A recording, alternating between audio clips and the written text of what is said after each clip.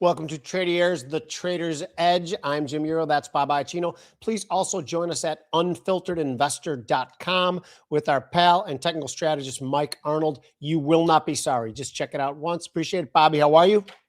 Good. How you doing, buddy? Well, I'm spending a couple weeks in your state where the sun shines and the water's warm and the breezes are great. So you seem more pleasant. I feel more pleasant. I've been outside in the sun, went for a run this morning. But I'm just saying you do. Yeah, okay. So not much more pleasant, just a little more pleasant.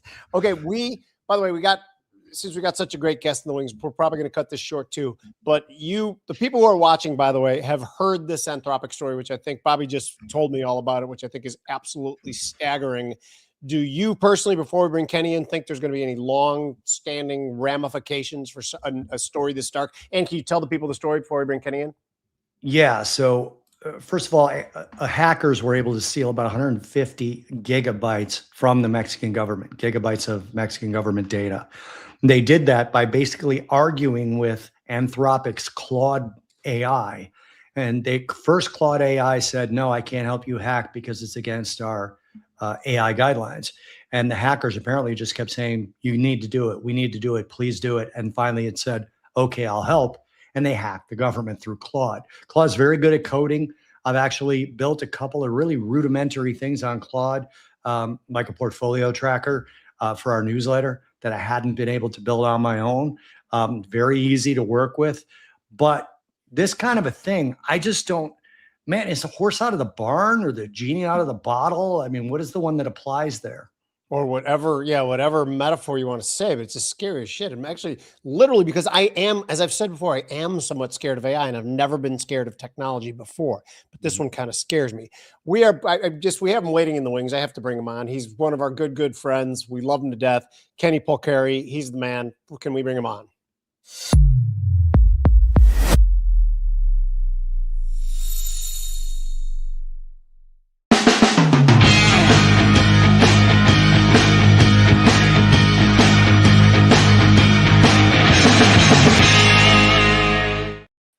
Kenny, my brother, how are you? I'm good. How are you? First of all, wait, I got a couple of questions. Where in Florida are you? I'm a Keys guy.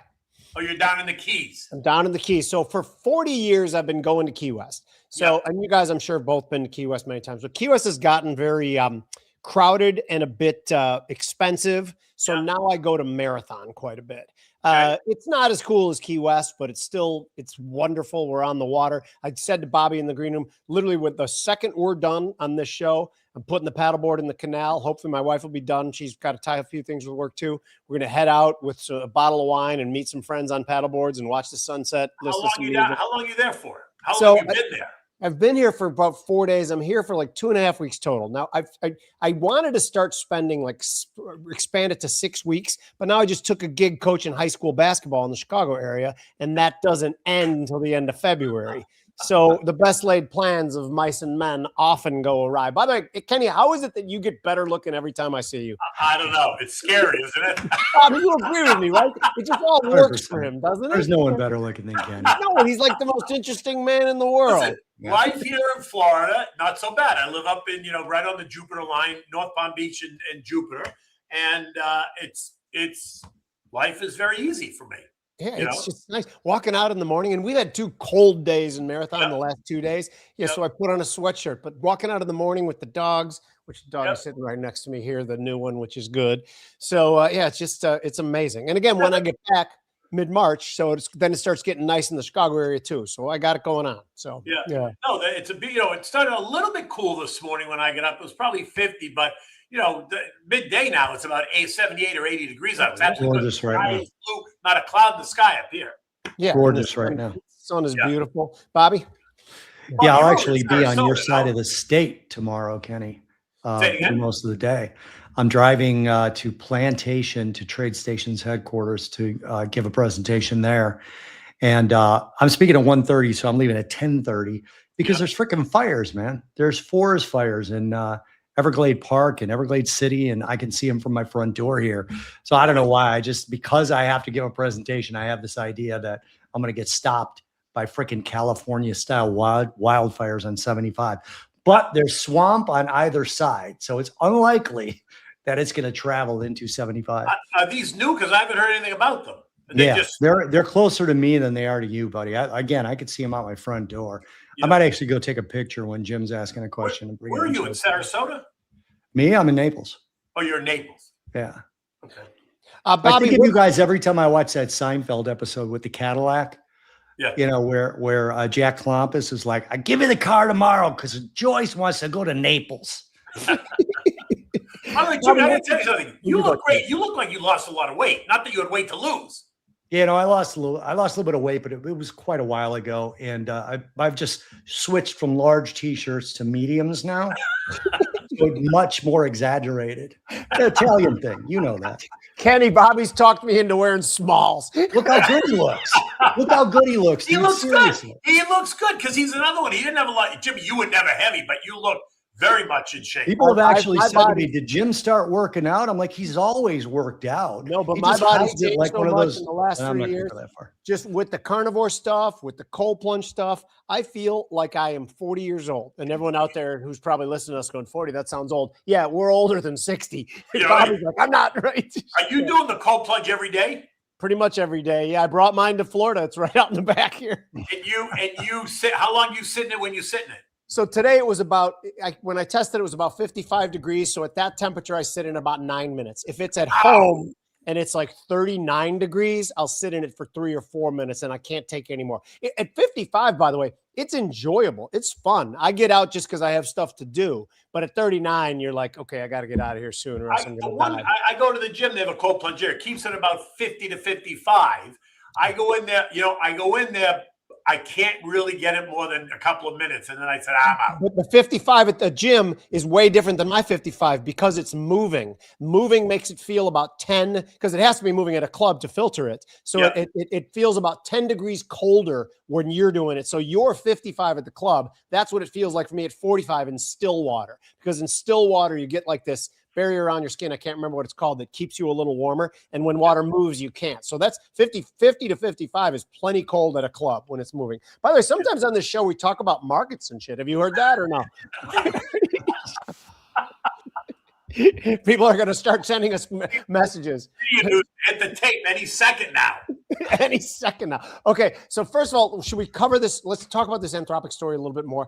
To me, this is a staggering story, and it shows. And Bobby wonders, is the horse already out of the barn? What is your take on it? What are the implications? Kenny. Who, me? You're talking? Yeah, to me? you're the guest. Oh, wait, I don't even know the story. I just heard what Bobby just said. Is this supposed to happen today? Did this happen like today? It happened. The story's out right now. Basically, the most recent I saw was like 7 minutes ago, where it's been made public that hackers using Anthropic's Claude AI bot, they were able to talk the bot into hacking the Mexican government. At first, it refused. Yeah, it said, no, that's against our AI guidelines. I haven't seen the story. They stole 150 gigabytes of Mexican government data. Yeah. Wow. That's actually scary if that's the case, right? Since we're blindsiding Kenny, I'll give my take. Is that I'm completely blindsided. I hope it's just a stepping stone in because obviously AI is an incredibly powerful tool, and it would not be that unusual for the creators of it to not have the great harness on it that they want to. And hopefully this shows them what they have to do. Bobby, is that a reasonable take? Yeah, it is. And, I'm looking at some of the publicly traded AI companies like Google, for example, is not getting hit on this. I don't think it should either. It wasn't theirs, but also AMD actually turned around. It's still up from 2 days ago, somewhere in the range of 8.5 or 7.5%. So it just gave back a little bit. It has not refilled the gap from the Meta deal. And NVIDIA has pulled back a little bit. It was up 2%. It's up 1.4. But of course, we got the earnings coming out at some point. My Bloomberg is down, so I'm watching Kudlow. Hopefully Kudlow puts him up, but he's talking about DHS suspending demands because of the Dems. I don't know. I'm just reading this story because it's out on Bloomberg now, but it said that they started this back in December is what it says. It said it started in December, continued for roughly a month before it got all that information. But apparently it got a lot of information. government agencies, sensitive tax, voter information, cybersecurity, all that stuff. Yeah, Okay, that's so here's my crazy take. You ready? This is a positive for buying the AI stocks. And here's why. Because it is kind of underscores the fact that this is such an amazingly powerful thing. Like we call disruptive technology, which happens every generation or so. This is massively disruptive technology. And this is kind of a little bit of a clue into what the power can be. Reasonable to either of you two? Go, Kenny, you go first. Yeah, no, I think you're right. Listen, first of all, I was never in the camp that I thought AI was overdone or you needed to sell it. I think we're still very much in the early innings of that, and I think something like this, to your point, only supports that idea very much. Even better, even more. Kenny, something I've wanted to ask you for a long time. I know that you're a fundamental guy, but you're also very good at price action. When something has run as much as it has, and I'll give you an example. We wrote a Substack this week. It was a guest by our partner, Mike Arnold, and he talked about how defensive stocks couldn't possibly be defensive with Walmart EPS at 45, with Caterpillar's EPS at 40. To him, those are no longer defensive stocks. Have you ever been somebody to say, I want to get in this, but it's gone too far? Is that part of your style? I do. I'll say it because I'll look at it based on the chart, right? I'll say that it's run. And I was saying that for a while, about some of the tech names that I thought had gotten stretched. You didn't need to chase them. We own them. We're going to participate, but I wasn't going to chase them. Look, they're taking NVIDIA. It's up now. Now it's up $1 in the aftermarket, although it hasn't come out yet. I'm just watching as we talk. I have it on my screen too. Yeah. But yes, I'll look at it on the chart and I'll have a sense of do I think it's stretched? Do I want to wait for a pullback? And so yes, I'll look at it like that based on the chart, where I think that they've gone it's gone parabolic on the chart. It's gone, you just can't buy into it at that level, which doesn't mean that I'm selling what I have because I own it, so I'm participating, so it's great. I'm just not chasing it, right? So I've taken advantage now over the last month or so. We've seen a lot of these names kind of get repriced based on nervousness, anxiety, whatever, taking that as an opportunity to put some money to work in names that I thought were straight. And Palantir is a perfect example, right? Palantir went straight up, and I just couldn't. At some point, as much as I wanted to, I said, I can't. Now it's come back about 40%. It was off about 40%. It's kind of finding a bottom, starting to move up. I think if like this story today, if this is true, if this is this Robin story, I think that only emboldens certainly cybersecurity names and other AI names.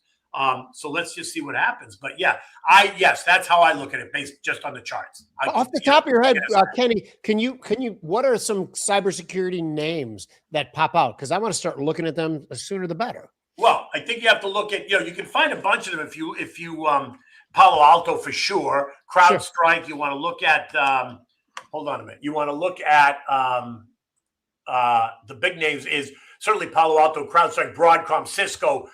You've got Fortinet, right? Those are all great names to look at. Those are all names that, as you look at it, like in the CIBR ETF, which is cybersecurity, First Trust Cybersecurity ETF, you'll see all the most popular names that are in there. And those are the ones right at the top. The first, top 10 holdings are just what I named, right? So those are names that you can start to individually look at, but you can look at the, if you don't want to pick one or two names, and that's an easy way to do it in that First Trust ETF. Bobby, right? Just for you, you know what? I've dropped the ball on this. The president of Palo Alto is a buddy of mine from childhood. We played ball together when we were like 9 years old, and I still talk to him all the time. And we've not had him on the show yet, even though he said he would. But anyway, Bobby, your question next. Yeah, I like Fortinet. I can't say that Fortinet. I like their weekly chart best because they're at the bottom of a channel that they've been in ever since they sold off. Yep. And they're basically coming up against their 200-week moving average. So if you were someone who bought low end of channels and said, okay, I'm going to sell some of it at the top end, keep the rest for a breakout, there's an obvious stop on that one. It's 200-week moving average. Right. So look at Palo Alto, right? That one is getting creamed below all three trend lines, and it's off its November high. Let's just see what it's off. It's off about 38%, right? Now it's trading back at levels we saw in April of 2025, actually a little bit below, broke the April 2025 low. But there's a name that I find very interesting because Palo Alto is right in that space. I think this is way overdone for Palo Alto. I'm going to just start watching. I want to wait till I see it at least start to build a little bit of a base. Right now, it still feels very much like it's in a downtrend. It hasn't, for me, it hasn't stopped yet, right? It hasn't. I don't see that base building yet. So by the way, that 145 level, my list. the 145 level in Palo Alto is a huge level. And the Yeah, fact so that that's what it is right now. That's exactly where it is right now. Actually, this week's candles come back, kind of to that level, even though it tried to plumb the downside of it a little bit. To me, could be the first little tiny bit that it might be reversing. Way far away from an actual trade yet. Right. Yeah. So if you go back, it was last year in May of 24, because the April last year lows was 147. So it's broken below that. So it's back at 145-ish, and that's going to take you back to May of 24. That's what I'm saying. If it holds right here, then yes, I agree with you. Yeah. But I just want to see it act a little bit. I want to watch it on the chart for a couple of more days. Bobby, is there any way it's going to run 30%? It's going to run right back up in a day or two? No. So I'm going to just watch it. Bobby, can we put that on our unfiltered investor watch list for a potential trade? Because I would like to be long that, but I want to know when, obviously.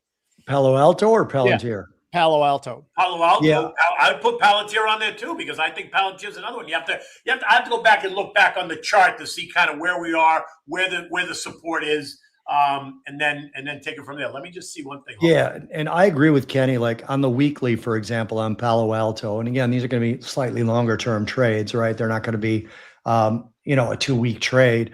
It basically is finding support at the 200 week, which is good to see. Yeah. It doesn't have a buy pattern yet. Sure. I don't, here's something I don't know, Kenny. What's the EPS range for cybersecurity? I mean, it's looking like it's around 79, 80 on Palo Alto right now. Is that kind of average for the last 10 years or you don't know? I don't know. I'd have to go back and look. I don't know that data point off the top of my head. I have to go back and look. So by the way, I don't mind buying a high PE. Yeah, if right. It's PE for the sector, if that the whole sector's high. Yeah, as long if it's a sector PE. Well, Bobby, this question's to you. Is the takeaway of this discussion we've had about Anthropic is that cybersecurity could the focus could be back on it? This could be the next play of the AI trade, or is it obviously not already been because Palo Alto's gotten the shit kicked out of it? Yeah, no. Is it the play? I think it's part of the play for sure. And I think that's going to be something that people realize. They're not realizing right now. So for example, Palo Alto closed at 144.84 and it's down 20 cents already in the post market. So that's not how the market is taking it. But I wonder something else, guys, and I'll ask you both this question. So Bitcoin's recovering today, obviously, and by default, so is strategy, right? MicroStrategy. Jesus. Now known as strategy.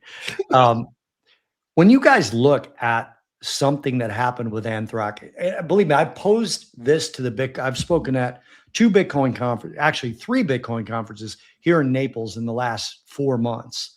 And every time I bring this up to Bitcoin people, the best hackers in the world have tried to hack Bitcoin and haven't been able to. Right. And I'm like, okay, fine. But there's so much computing power coming with quantum computers. There's so much AI strength that's coming in the next 6 months, let alone the next 6 years. I just don't believe, and I want you guys to comment on this, that most people, if Bitcoin became 100% adopted, I wonder what the percentage would be that would keep their Bitcoin in cold wallet off the internet, as opposed to in their Coinbase account or in their Binance account or whatever, somewhere where it could actually be accessed.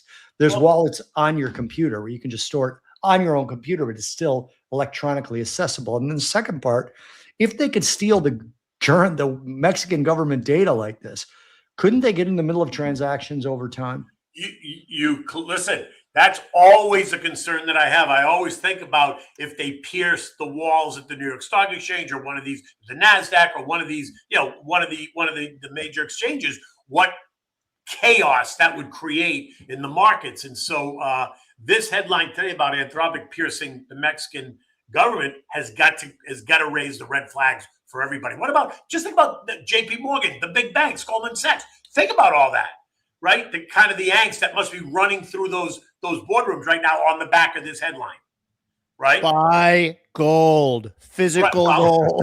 Right. And so there you go. So actually, what is gold doing now? I wonder if it's reacting to this headline.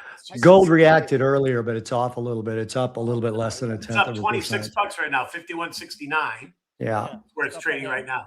Yeah. I'm still waiting for, let me see. No, NVIDIA's just sitting there. It hasn't come out yet. By the way, if any of you guys want to buy physical gold, by the way, our other show, Futures Edge, one of our sponsors is American Gold Exchange. I don't think Tradier mind us saying go to our other page and hit that link and buy from American Gold Exchange. But yeah, Bobby. Yeah, see, now, it's interesting. You talked about, would I buy it at stretch? I look at gold and I miss that move, and now I look at it and go, oh, it just feels stretched to me, right? But so I'm watching, but it doesn't want to come in. It doesn't want to come in, and I think that goes right to the point. There's this underlying nervousness and anxiety, and see a headline like Anthropic is just going to cause, in my mind, gold and silver to surge more. Yep. I put out a target on Yahoo Finance about a year and a half, 2 years ago, of 3,800 by the end of 2026. And they looked at me like I had predicted the end of the world. Yeah. I mean, they were like, what? 3,800. And the one guy's chuckling. He's like, all right, we're writing this down. Well, here we are in freaking February of 2026, and we're at 5,100. So I went back on recently, a couple weeks ago, and I said, I hate to say this to you guys because you laughed at me before, but my mathematical target for now is 7,800. And that's because when I do the calculation of where gold should be versus all the printing that happened, it should be at about $380,000 an ounce. And I'm not going to say that. Right. He goes, you just did. I'm like, well, I'm not saying that. When the show goes live, we'll cut it out. Right. Yeah. I'm only kidding. I didn't really say it. Yeah. So like, it's similar to what you said, Kenny. It's like there was that big dip, and I don't like when it's all at once, right? In one day, we lost 11.3% in gold. I don't like that. But then gold did something that it's been doing lately. And by lately, I mean, since about 2023, it has had sideways corrections rather than corrections. Right. Now, obviously, the 11% drop on January 30th fell into a technical correction. Does that give you pause? Does that make you more nervous? Or does that make you say, I can dip my toe in a little bit? No, that actually gave me the sense that I was hoping that was the beginning of a bigger decline. Because I want to buy it, but I'm being stubborn. I don't want to chase it, right? But the longer I don't chase it, the higher it goes. That's always the argument, right? Bobby, so, can you do something with Mike Arnold? That there's an equation somewhere where if an asset gets far away from the 8 and 21 from the rotation zone, whether it be on the daily, the weekly, or the monthly, there's a level, it seems like, where we can say that this is stretched and it needs to pull back to the rotation zone. And I know that Mike usually doesn't think of it in those terms, but am I crazy thinking that there's a formula somewhere? He's done it, and he says more than 5% from the rotation zone. But Kenny, just so you know, the rotation zone is the 8 exponential moving average and the 21, whatever chart you're looking at. So it's the 8-day, the 8-week, the 8-month, whatever it is. So it's time specific. But he said 5% away, and he won't buy it, whether it's 5% away on the weekly or the daily. But he says he hesitates to make that public, as I just did, because he said people will short it, and it's not a short. Yeah. It's just a stretched valuation. You could keep going there for a long time.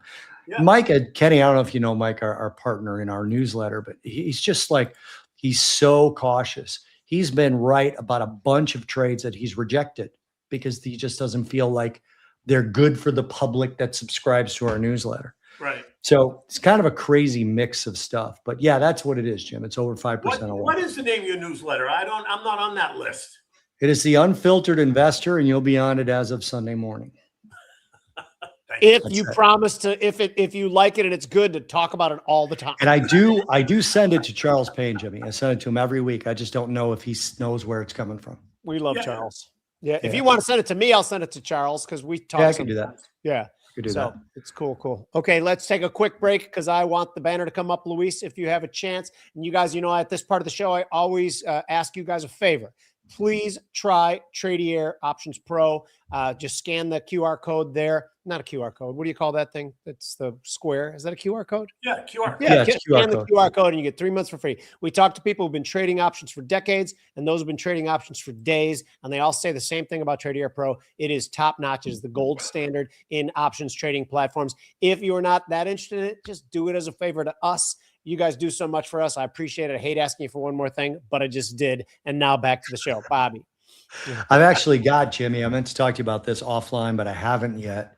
A friend of mine coded a NASDAQ mini system, where he's predicting about 100 grand a year in profits using one micro NASDAQ. So, and he's sending me the signals. So far, so good, but it's such a small data set. But if I commit some money to it, which I told him I would, I'm going to try and do it through Tradier because they have such a good API. Sure. That's awesome. Well, tell me, I'll throw some money that way too, just to, I mean, again, it's a micro, so it's no big deal. Risk mitigation is in I place.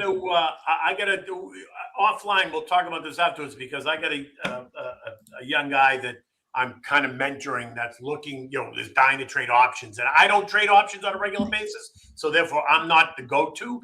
But maybe we should talk about Tradier, and I'll send him that. Please do. This is actually interesting, Kenny. What does somebody like you do when you say, "Man, shit is it's overdone. I'm nervous"? Do you just cut positions, or do you hedge it with something? No, well, if it's overdone and I get nervous and I think the thesis has changed, then I'll cut the position. If I don't think the thesis has changed, then I just ride it, right? I'll just continue to own it. I haven't sold. But I was gonna say, here's the what I can't justify in my head, like silver. I was bullish up to my eyeballs in silver for years. Okay. But then something did change. The price changed. You know what I mean? Being bullish up to my eyeballs at 50 does not mean I'm bullish up to my eyeballs at 110. Right? No, agreed. I think silver is different. I mean, Bobby, I think, if you're talking about, like what I own in my portfolio, it's Apple, it's Microsoft, it's IBM, it's Amazon, it's it's Verizon. Those are the type, Johnson & Johnson, JP Morgan. Those are the kinds of names that I own in my own personal portfolio, partly because I'm 65, right? I'm not 35, so I don't have, 50 years to go. I'm lucky if I get 5 more years to go, right? So those names I don't tend to trade, and so I tend to ride them out unless, of course, the thesis changes. And if I get really nervous about the market, I'll play it using the inverse ETFs, right? The SPYV, the SPSX, or the DOG, or the PSQ, because I was never an options trader myself, and now I'm like an old dog. Hold on. I'd like to interject something here, Bob, before you elaborate on that question. Too, you've already kicked cancer's ass. You're one of the toughest people I know. For you saying you only got 5 years of this shit left, you're full of shit. I should tell you, my latest scan, which was 3 weeks ago, came back clean. But I have another year and a half to go before they'll tell me I'm good. Yeah, I'm telling you, you look fantastic, Bobby. Yeah. I've had 3 conversations that I consider to be conversations with man crushes of mine, right? And one of them was with T. Boone Pickens, where I was just like starstruck, right? Yeah. Absolutely starstruck. The other, it's a funny story about, I was doing CNBC with Joe Kernan, and I was on with, what was his name? Jack Welch, right? And Jack Welch is up $3 already, so the earnings must have just come out. Oh, there we go. There we go. It's up 4. It's up 2%. Here we go. Let's pause this story. Yeah, Bobby, let's give us the earnings. My Bloomberg is down, so I don't have it. No, I have it up $6, up 3% right now, 201.50. Yeah, it's up 6. It's up 450 right now. Yeah, right the beats. Hey, if anybody watching the show has them, put them in the comments, please. Yeah, because we don't see what the earnings were exactly. Hold on, I'll tell you what they are, because I got my Bloomberg right here. Stay here. They okay. The forecast beat the estimates. That's good. Let's see what it says here. Stay here. It's moving too fast on the fucking screen. Well, language, friend. No, I'm just kidding. I'm sorry, I apologize. Swears much more. I'm joking. Fourth quarter was $1. They reported $1.62. I don't know what the estimate was. Hold on. Where am I? Look, Kudlow doesn't do this earnings stuff, does he? No, he doesn't. Got Kevin Hassett on right now. Yeah. Does he really? The fourth quarter revenue, $68 billion versus $65.9, right? The adjusted gross margins were 75.2%. First quarter revenue, 76.4. This is what they're estimating, 76 to 79. The estimate was 72. Wow. Data revenue, fourth quarter data revenue of 62.3. The estimate was 60.3. Yeah, they crushed it. Where's it trading now? Up $5, 200 up change. 3%. Yeah, 201. 3%. Yeah. Yeah. Okay. Glad I got. Seems like it should be higher. Yeah, my it's gonna go there. My position in NVIDIA was established when Nancy Pelosi bought a bunch of it. And again, I cut it back a lot, but it was like a lark, like a joke, like the Nancy Pelosi portfolio. Yeah. But Nancy, if you're watching, you made me a lot of money on this trade. I appreciate that very much. Yeah. So I wanted to talk more about AI, but as it kind of filters down to the next levels. One of my theses about the Russell, because at the beginning of the year, Kenny, to keep you up to speed, my old thing was I gave a couple speeches about it. Buy the Russell, sell the NASDAQ as a pairs trade. I'm not bearish the NASDAQ and buy crude oil. But my thesis for part of the Russell was that we know who's building the AI. We've bought those names. Now it's going to get down to who's using the AI efficiently. I think small businesses are starting to incorporate it quite a bit. Small businesses are more nimble, more willing to change, and they're doing that. Do you like that trade? And if so, what are other reasons to be long the NASDAQ? I mean, Russell. Listen, we at Slatestone, we are now overweight on SMIDs this year. We think the SMIDs are going to outperform, and to your point, they already are. What the hell are SMIDs? Oh, small and mid caps. I'm sorry, okay? I don't speak sometimes the Wall Street lingo. Well, a guy from Chicago from the cap, right? So look at the Russell. It's up 7.3% this year, far outpacing the NASDAQ, which is down. It's negative. I mean, just slightly. It's off half. So are you trying to say that Jim Iuorio is a genius? Is that what I'm hearing? I think Jim Iuorio is an absolute genius. I always did. And you know what? You and I are going to be on Cudlow on Saturday afternoon this weekend at 12 o'clock. So everybody hears that too. Damn straight. But yes, so we're big on SMIDs and small and mid caps this year. And so yes, I like that trade. I'm not as a pairs trade. Yeah, you can sell one and buy the other. I remain long my NASDAQ names, but I've now gotten into more of the SMID names, and as a firm, SMIDs I think is where we obviously think it's going to outperform, and we position it that way. So I got long SPMS in the beginning of February. Yeah. Too much small cap? It's basically the S&P 600. Yeah. Yeah. Is that too much small cap? You think it needs to be blended? I think it needs to be blended. I think small caps are great, but I think you need to be blended. I think you have to have small and mids in there, right? Thus the SMIDs. Mm-hmm. I don't do. By the way, part of that narrative for both of you guys, this question's both of you. I'm actually going to start with you, Bobby. Do you think part of that narrative is that AI? Well, part of it is a domestic economy, I assume. I think the domestic economy has some tailwind. So, Kenny, it seems like you want to answer first. But secondly, is there any, like AI is now becoming more available and accessible and usable for these companies? What do you think? Listen, I'm just going to read this headline because NVIDIA, the headline about NVIDIA is that their AI data center revenue is up 75% on this ongoing boom that they say is happening. Holy shit. Right? Yeah. That's a big number. Yeah. Okay, now what was your question? I don't know. Bobby, do you remember? I'm sorry because I was reading that headline. Oh, this is the only show that we can do that. I don't remember the damn question. Let's moving right along. Right? I apologize. The question was basically, do you think small and mids are going to have a quicker benefit from AI than large cap will? So large cap is incorporating it, right? Spending a lot of money, trying to integrate it with their businesses. Small cap people are just like buying a quick AI service to be their receptionist, as opposed to, trying to embed it into their company. Well, I think that's changing. Yes, I think they're using it as a receptionist and all that stuff. But I think that as this becomes even more sophisticated, that you're going to see some of these small and mid cap companies really start to incorporate AI into their workspace. The same way the large caps. I mean, the large guys are certainly doing it at a bigger scale.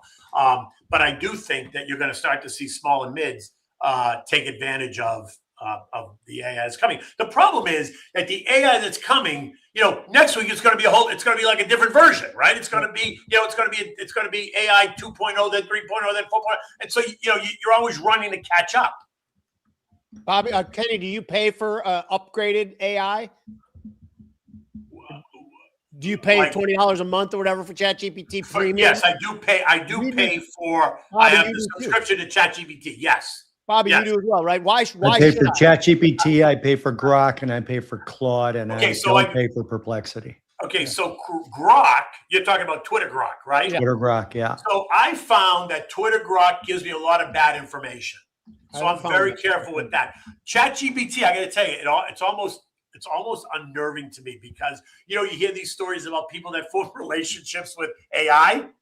when I get up in the morning, I come to work and I open up my AI, I say, good morning, chat. And it actually says, hey, KP, how are you? Did you sleep well? Are you having your coffee today? Did you stop at Dunkin' Donuts? Because it knows me, right? Like it's almost scary.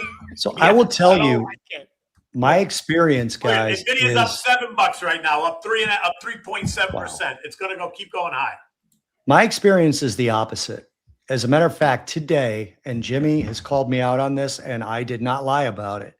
Yeah. I was trying to pronounce the name of the Japanese newspaper that broke the story on February 24th that Prime Minister Sanae Takaichi and Bank of Japan Governor Ueda had met privately, and Takaichi had almost demanded that he doesn't raise rates. And I was trying, and the name of it was Mainichi is the newspaper, right? And I was trying, I got that answer from ChatGPT. And then I said, please remind me how to say the new prime minister's name. ChatGPT did not know that Sanae Takaichi won the election October 21st of 2025. Right. So it just didn't have its update. So I had to go to Grok. So I will say, sometimes ChatGPT will ask me if we're talking about Trump. It will say former President Trump. And I go, no, Chad. No. He's the current president. And then it corrects itself and said, thank you for updating me. And then he goes on. Dude, after he was shot in the ear, Chat was saying there was no attempts on President Trump's life like 2 weeks later. Yeah. And that's very interesting because you wonder where the bias came from, right? But I think I think that they're starting to really be careful about that bias because that's bullshit. And so Jimmy, just to give you an example of why I have all three, it's exactly what Kenny just said. Right. Okay. Here's an anecdote. I may be opening a gym down here in Southwest Florida, right? And it's a pretty big franchise. Everybody has heard of it. And if I do what I've done, because I have my own questions, but I guarantee you there's questions I don't know that I need to ask about owning a gym. I know how to use one. Right. And basically I asked all three to analyze the business proposition and come up with questions because I got a meeting about it on Friday. Right. It came up, each one of them came up with questions that I was like, wow, I shouldn't just thought of that on my own, but I didn't. Yeah. Right. So all three, I think, is important if you're using it for things that have to do with money. I really think it's important. I would agree with you. Perplexity, it's funny. I've never tried Perplexity. I probably should because people are very happy with it. The other one, is Claude, clearly, right? Claude is, and I don't pay for Claude either. Gemini, I think I started playing with Gemini a little bit. And Gemini's okay. Maybe I'm just used to chat, right? I've been using it for so long. I'm just used to it. I feel comfortable with it, like anything. Yeah. I use Gemini too. And you know that Google's my biggest equity position. And you know why it's my biggest equity position, Kenny, right? Yeah. Because it's the CIA. That's why I bought it 7 or 8 years ago. Very comfortable with that decision. If you can buy stock in the CIA, you do buy stock in the CIA. Yeah. But anyway, so what else can we talk about, Bobby? You want to go pivot to oil? Yeah. I'd like so too. So Kenny, that was my other idea for 2026. And part of it is the domestic economy, because I believe that there are three things that are working in our favor domestically. That's the tax cuts, particularly the expensing part of it coming through. I think the deregulatory effort is a big deal. And I do think third on the list, investment coming back to our shores, to kind of bolster supply chains. And again, it's Donald Trump we're talking about. If he says there's $50 trillion worth of investment coming back, that means there's 7, which is fine with me. What are your thoughts? He said yesterday in the State of the Union, I think he said in the State of the Union, he saw gas prices at 12 cents a gallon. I think he said that. I could be wrong. No, I think he did. Listen, while I agree with you, the thing about the money coming back, and I do think that they are bringing money in and they're making investments in it, but those manufacturing jobs aren't coming back tomorrow. They're still 3, 4, 5. He'll be out of office. Yeah. Unless we elect him for a third term. Stop. People will run with that, Kenny. You know that. I'm kidding. But he'll be out of office when that happens, right? If it happens. So I'm not necessarily, I'm in the camp that I thought oil was going to be stuck in this $55, $65 range. I didn't really think there was any reason to see it go higher, only because we're now pumping more oil than we have. And now the Venezuela thing is only adding to that. And if we can get the geopolitical stuff to calm down, that'll take upward pressure off of oil prices because the tension will cool down. Now, Bobby, what's the not so fast argument for Kenny's just argument that might be the tailwind for crude? Nothing Kenny said is wrong. No, yeah, there is, 'cause I can point out some things. Tracy just came on and said, well, yes, we are pumping 13 million barrels a day, but some of those wells are getting gaseous in her. Well, okay. So what Kenny said was we're pumping more than we ever have before. And that is true. Technically correct. Of course. But yeah, our production currently is on the downturn, right? But Jimmy, you and I talked about this in the rundown, which Kenny is something else that we do. When the Trump administration, when they exited the endangerment finding under the Clean Air Act, right? I think now all of these other, I don't know, investors, potential investors in this drill baby drill attitude, which hasn't really gone anywhere, are going to come out of the woodwork because they know that it's not going to get codified into law. If it does, that means the Republicans won the midterms. But it's not going to necessarily make it through the next president unless it's J.D. Vance or Marco Rubio, right? So they need to get it done now, and I think they will. And that's, again, why I like oil services more than crude, to be honest. Yeah, I think exploration and services, I think. Yep. I'm gonna open up a position in that too, because you back in the rundown and this conversation, that's kind of convinced me of that. I think it's actually, Kenny, the source of my question for you, because OIA, the ETF, that's the VanEck Services ETF. I know you know, but maybe the audience doesn't know. It's just so overdone. And I'm like, I want to open a position in this too, but I need people listening. It's OIH, not OIA. OIH. I'm sorry. Yeah, OIH. Yeah, yeah. So the way you look at things. I'm not in that one. I just want to look at the chat and see what it looks like. Did you say the chat? That's right. Again, that's not New York people. Look at the chat. That's like Boston coming out. Yeah, right. Exactly. But yeah, the service has gone straight up. If you look at XOP, which is exploration and production, I have that one. Yeah, that's up 18% this year, and the chart looks very much the same, right? It's just gone straight up. Because listen, I've liked energy all along. I've never gotten out of it. I've been talking about it. So I'm in the energy space, and that's great. But you're right. To me, right now, the OIH looks extended, right? XOP looks a lot better. If I was going to start a position in it, I'm just going to watch it and wait because it just looks to me, it looks a little bit extended. XOP has already had its pullback on a daily chart. I really like the daily chart on XOP. Yeah, XOP, and it's still up 17% year to date. Yeah. Let me just look at that one now that I just pulled it up. Yeah, that pulled back a little bit. You see, even if the OIH would pull back the way the XOP did a little bit, it would give me a little bit of room to breathe, and so then I would jump in. But it's gone straight up, and I just can't. It's like I can't eat oysters. I just can't get them down my throat. All right, Jimmy, stop right there. No, I like oysters. I cannot get it down my throat. My daughter's coming down to visit us in the Keys, I think tomorrow, and she loves oysters too. So she and I will be on a trek to find the best oysters in Marathon. So it's the middle of winter, so yeah, you can eat them. A month has an R in it. So Bobby, are we saying that the best way to play, I always hate that, I don't like to say play because this is real money, is the best way to play the oil move, if I'm bullish, do you think now is through the OIH?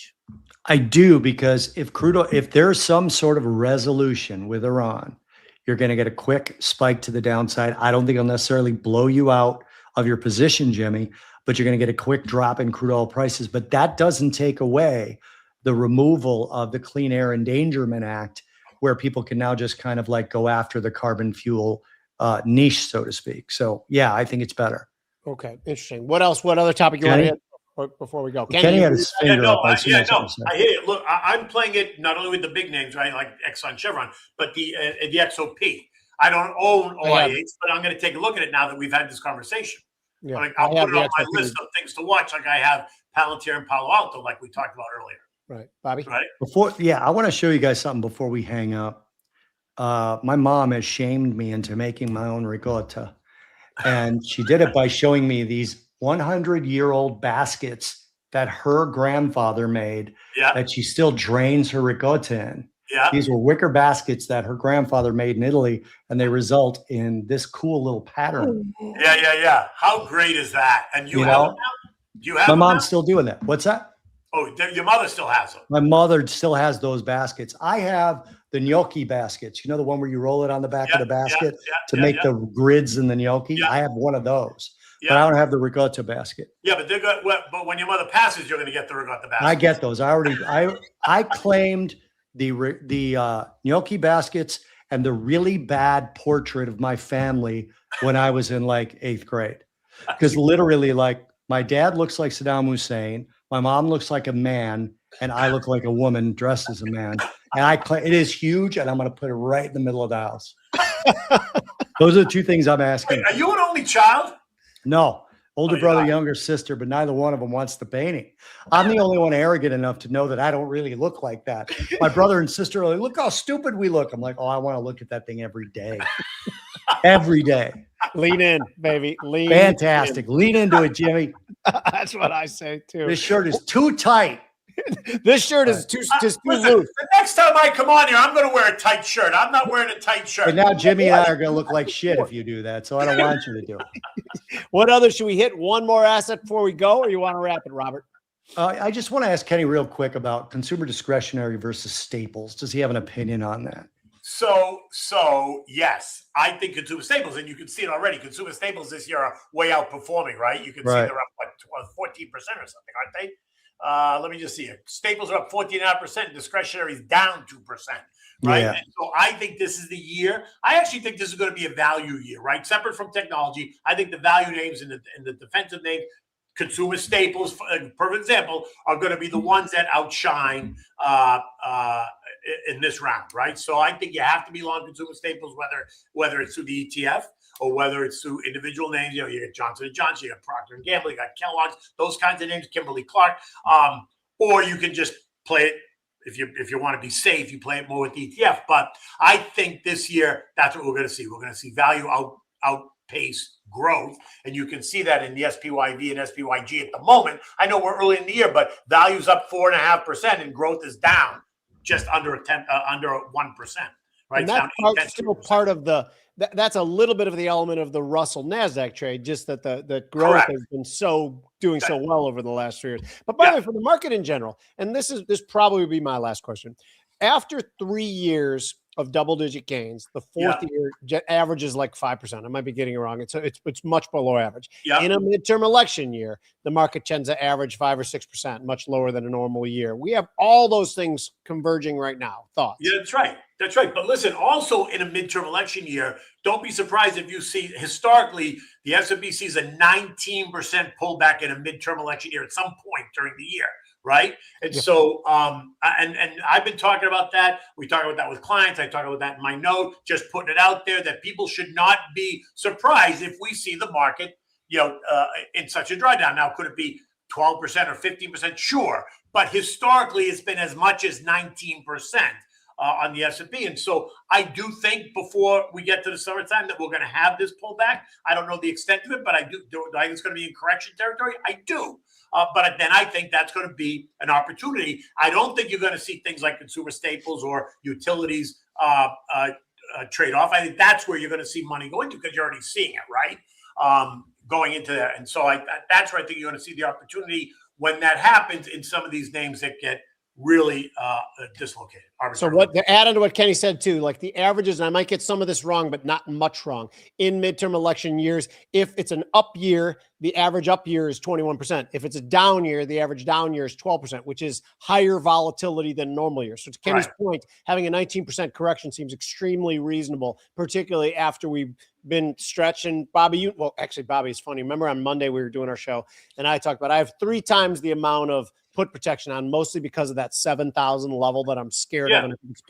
Level. And Bobby's like, did you take some off? Because we were down almost 1.5%. We were down like 90 ticks in the S&P when we started the show on Monday. And I'm like, I would have, except we're doing the show right now. And by the time we finish up, the market will be closed. It did. The next day it opened up 40 and the next bit's been going through the races since. So that cost, doing the show on Monday cost me about 10 grand, people. I hope you people are happy with that. So thank you. S&P 7,000 has been a level that is proven to be very difficult to get through. And if it doesn't get through it on this NVIDIA news, and NVIDIA now is backed off a little bit, it's only up It's only up less than $4.80 at the moment. So it's trading right at 200.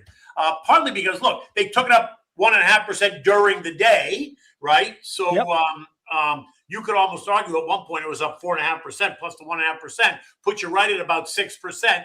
And that's the option market was saying it was like a 6 plus or minus 6 or 8%. I forget what it was, but I think it was right there, right? Yep. And if this doesn't cause us to push up and through S&P 7,000, then I'm going to even be more concerned that, we're going to churn and we're going to end up churning a little bit lower because I think maybe that process has started.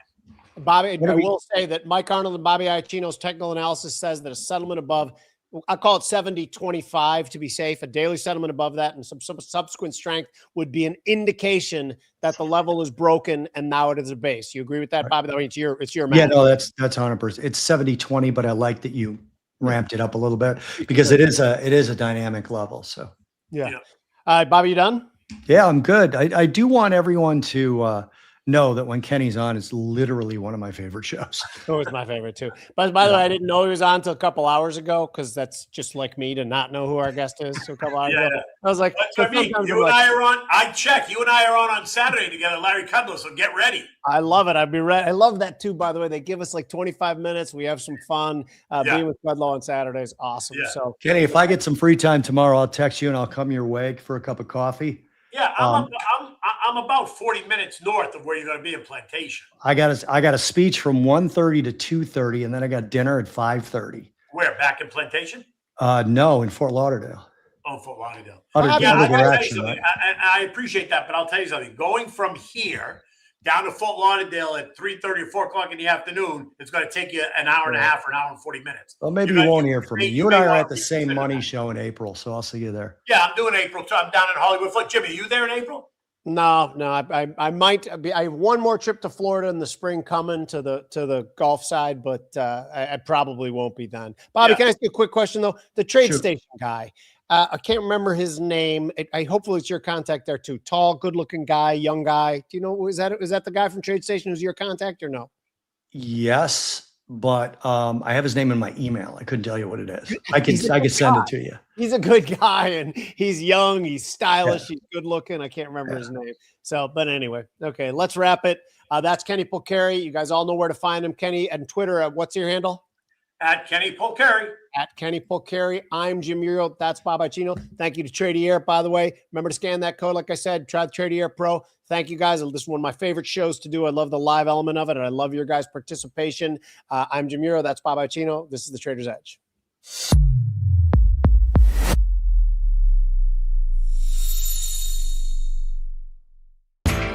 You know how the financial world goes. Here comes the buzzkill. Please make sure to take some time to read this boring disclaimer. We will owe you one.